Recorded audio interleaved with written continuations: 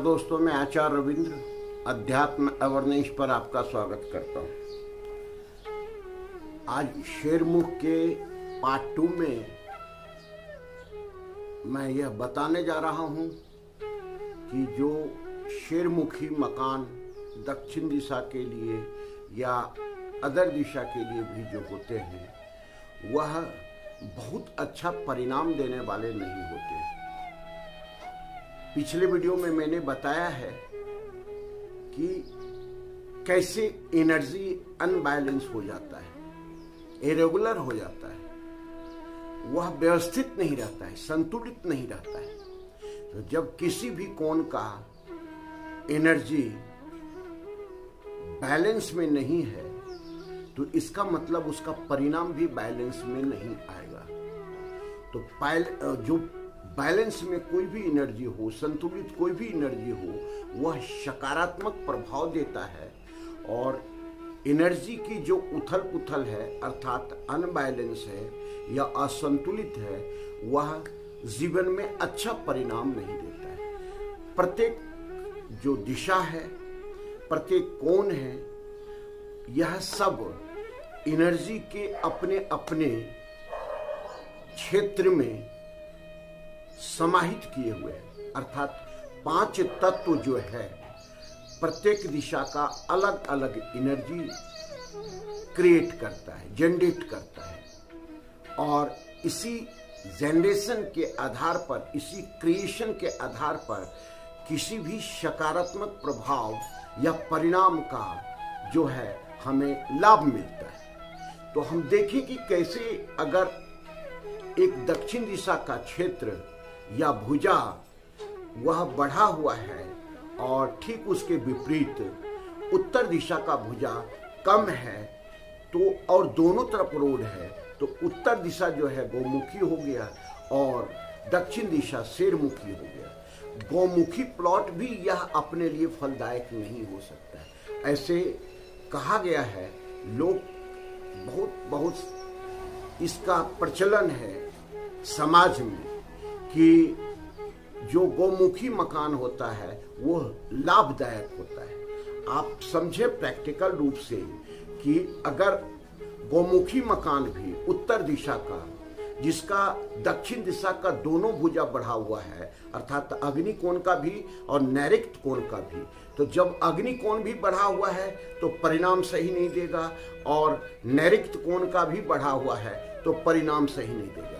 तो इसका मतलब हुआ कि वह गौमुखी प्लॉट भी उत्तरमुखी का सही नहीं है, वह सही परिणाम देने वाला नहीं है, क्योंकि संतुलित एनर्जी वहां पे नहीं है।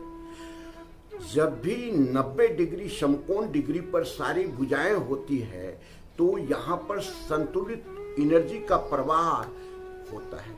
अगर कोई भी भुजा कट गया, बढ़ गया, तो वह एनर्जी जो है सो नेगेटिव एनर्जी में कन्वर्ट होने लगता है। अर्थात पूरा संतुलित एनर्जी, बैलेंस एनर्जी उस दिशा में नहीं रह पाता है। तो बहुत बारीकी से समझें कि यह चीज इस तरह से जो 5 तत्व है किसी क्षेत्र में बढ़ जाए तो बिल्कुल परिणाम सही नहीं देता है। पूरा अपना जो उसका वास्तविक परिणाम है वह नहीं दे पाता है। तो वास्तविक परिणाम के लिए हमें सबसे पहले उस जो प्लॉट पर हम बनाना चाहते हैं उसे, अब हम यह आप उपाय के बारे में बताने जा रहे हैं, इसे संतुलित करना आवश्यक है। अर्थात गुनिया से निकाल करके, गुनिया से निकालने के लिए आप अपने मिस्त्री से कहें, इंजीनियर से कहें, वह गुनिया से निकाल करके चारों भुजा को बराबर कर दे। तो जब चारों भुजा को बराबर करेगा तो वह आपके लिए फलदायक होगा, अच्छा परिणाम देने वाला होगा।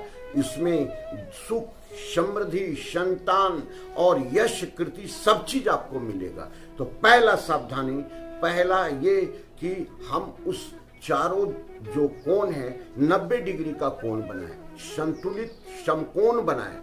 इसका आपको 5 तत्व का बैलेंस में प्रवाह एनर्जी होगा और यह एनर्जी सुखद परिणाम देगा और शुभ परिणाम देगा। दूसरी बात, यह दूसरा आपका जो है हम उपाय बताने जा रहे हैं। इनकेस अगर बना हुआ है, सपोज दैट आप समझे कि दक्षिण दिशा का क्षेत्र भरा हुआ है, अर्थात 2 क्षेत्र भरा हुआ है। पूरब का भी क्षेत्र, पूरब की दिशाएं, पूरब की भुजाएं भी थोड़ी बढ़ी हुई है और पश्चिम की भुजाएं भी बढ़ी हुई है। तो जब पूरब और पश्चिम की दोनों भुजाएं बढ़ी हुई है तो इसे हम क्या करना चाहिए? अगर ये मकान बना हुआ है तो वहां पे जो है पिरामिड का ग्रिड लगाएं।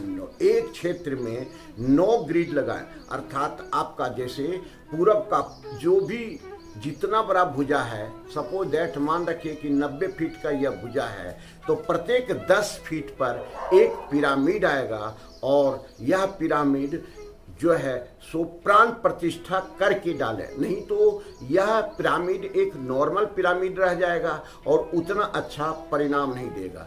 इसका सरल उपाय बताते हैं कि कैसे हम कर सकते हैं। अक्षत, कुमकुम सब चीज लगा करके और मानसिक प्रार्थना एक करेंगे कि हे परमपिता परमेश्वर, यह जो हम ग्रिड लगाने जा रहे हैं, पिरामिड लगाने जा रहे हैं, यह इसमें प्राण प्रतिष्ठा, इसमें अद्भुत शक्ति प्रदान करें, कॉस्मिक शक्ति प्रदान करें और यह हमारे परिवार को सुखद रखे, अच्छा रखे और शांति रहे और उस पूरे एकदम गुनिया से निकाल करके और नीचे जो है सो एक 4 इंची, 2 इंची, 3 इंची का वहाँ पे चूने का लेयर डाल करके और उस पिरामिड को रख दें और फिर चूने का लेयर डाल करके और वहाँ जो है सो आप पत्थर लगा दें, ग्रेनाइट लगा दें और जो भी आपको लगाना है, टाइल्स लगा दें।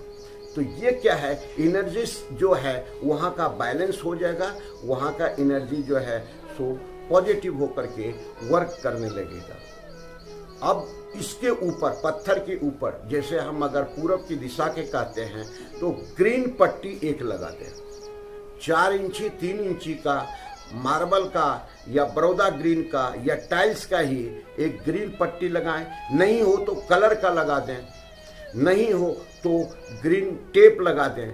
तो इससे आपका एनर्जी जो है सो वह भाग कट जाएगा और लगेगा ऐसा कि वह एनर्जी फ्लो जब होने लगेगी कि हम अपने संतुलित एनर्जी में प्रवाह कर रहे हैं, अर्थात 5 तत्व का आपको संतुलन मिल जाएगा।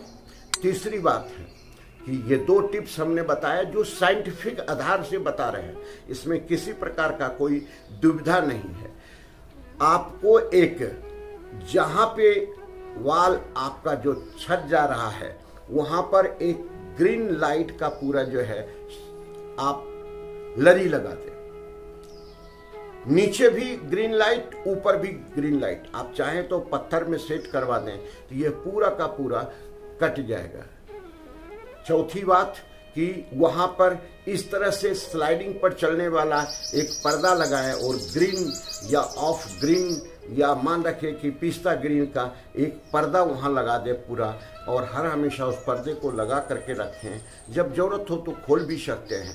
तो ये भाग जैसे दीवार का काम करेगा और समकोण डिग्री पर आपके जो है सो प्लॉट को या मकान को लाने की कोशिश करेगा। तो ये सारे चीज हम आज आपको इसका उपचार भी बताने जा रहे हैं कि कोई भी दिशा में जो भुजा बढ़ा हुआ है उसे समकोण डिग्री पर ला करके गुनिया से निकाल करके और ये सारे ट्रीटमेंट आप कर सकते हैं। तो ये सारे साइंटिफिक ढंग से जो हम बता रहे हैं, अगर आप जीवन में करते हैं तो निश्चित रूप से इसका लाभ मिलेगा। फिर मिलते हैं अगले वीडियो में नया और नए सब्जेक्ट के साथ। धन्यवाद।